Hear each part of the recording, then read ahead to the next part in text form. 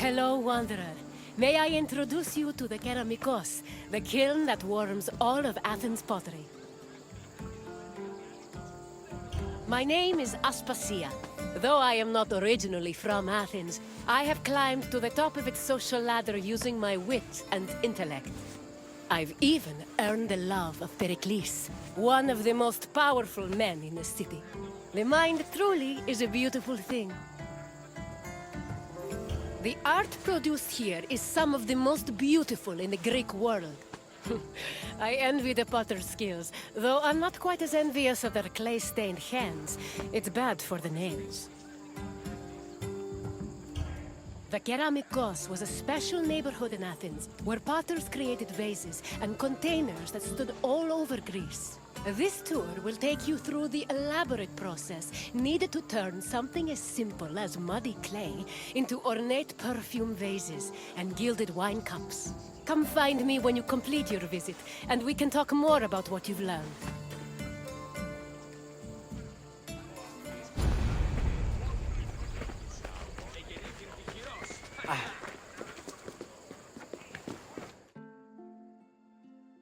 The Kerameikos was a large, sprawling area northwest of Athens' Acropolis. While part of it was used as a graveyard, it was also dedicated to the creation of pottery. The Kerameikos was so significant to the art form that its name lives on in the word ceramics. Perhaps drawn by the river, potters moved into the area and formed their own bustling community. It's believed that by the end of the 5th century BCE, hundreds of thousands of pottery vessels had been made in Athens, including everything from heavy, undecorated cooking pots to delicate and beautiful containers reserved for the most precious oils. Sadly, only around 1% of these works survive today, some only in small fragments.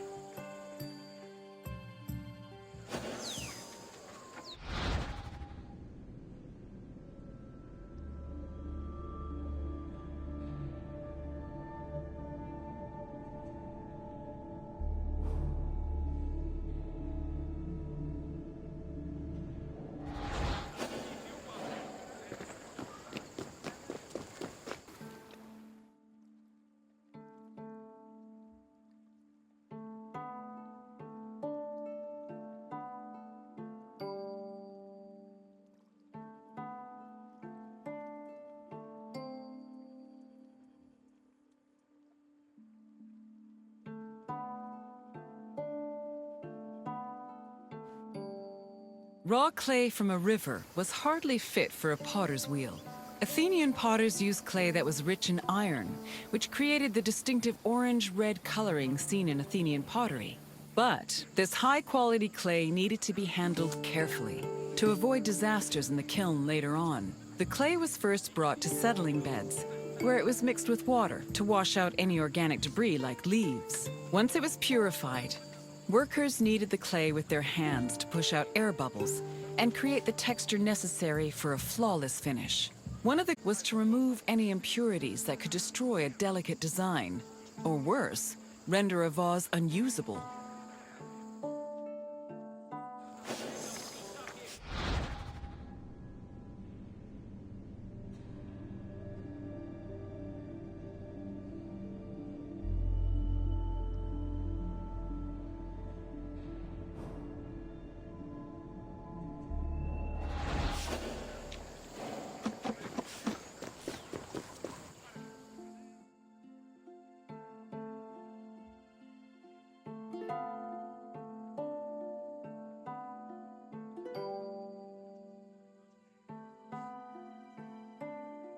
Once the clay was cleaned, it was up to the potter to shape it into a vase by spinning it on a wheel or pressing it into a mold.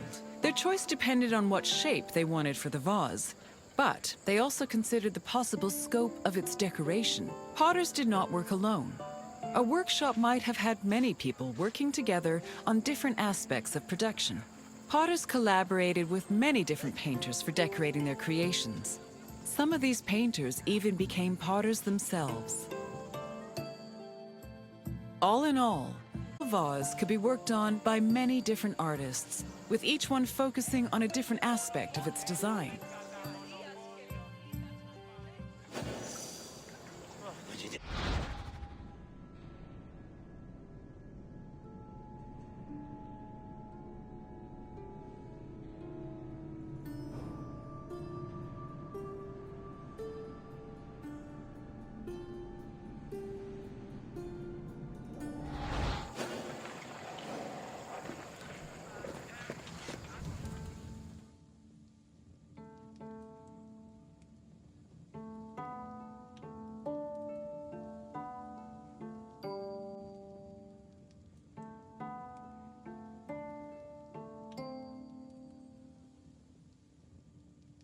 After the pots were shaped and decorated, they were packed into kilns for the lengthy and delicate firing process. The process had 3 stages: oxidation, reduction, and reoxidation. The main firing process was to carefully manage the clay's exposure to oxygen. The chemical actions caused by firing gave the pots their distinctive orange-red coloring. This also turned the designs made from the clay decoration slips glossy and black. The most difficult part of the firing process was managing the fires themselves. It required an enormous amount of skill and experience to properly judge the exact temperatures needed, and even the smallest mistake could ruin several hours of work.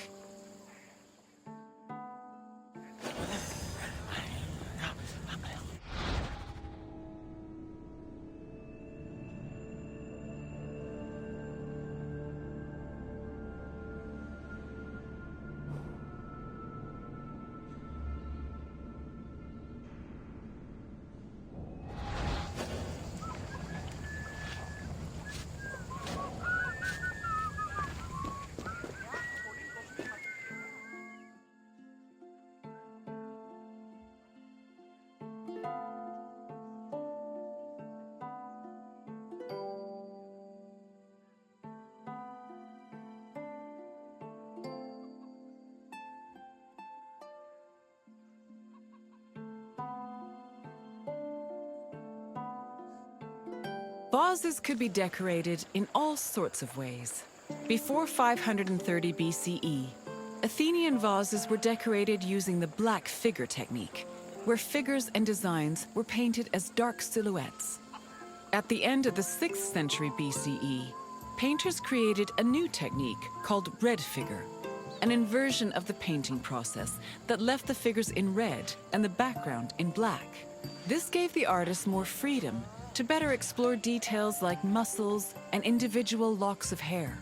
Designs were sketched onto the bare surface of the pot using a thin, sharp tool.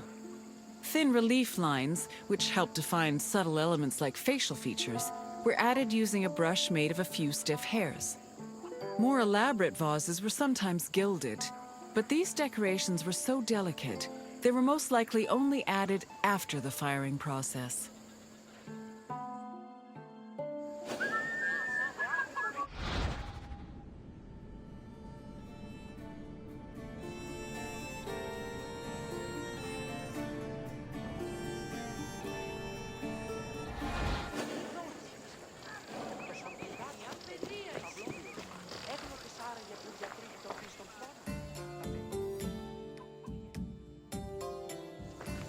You've returned!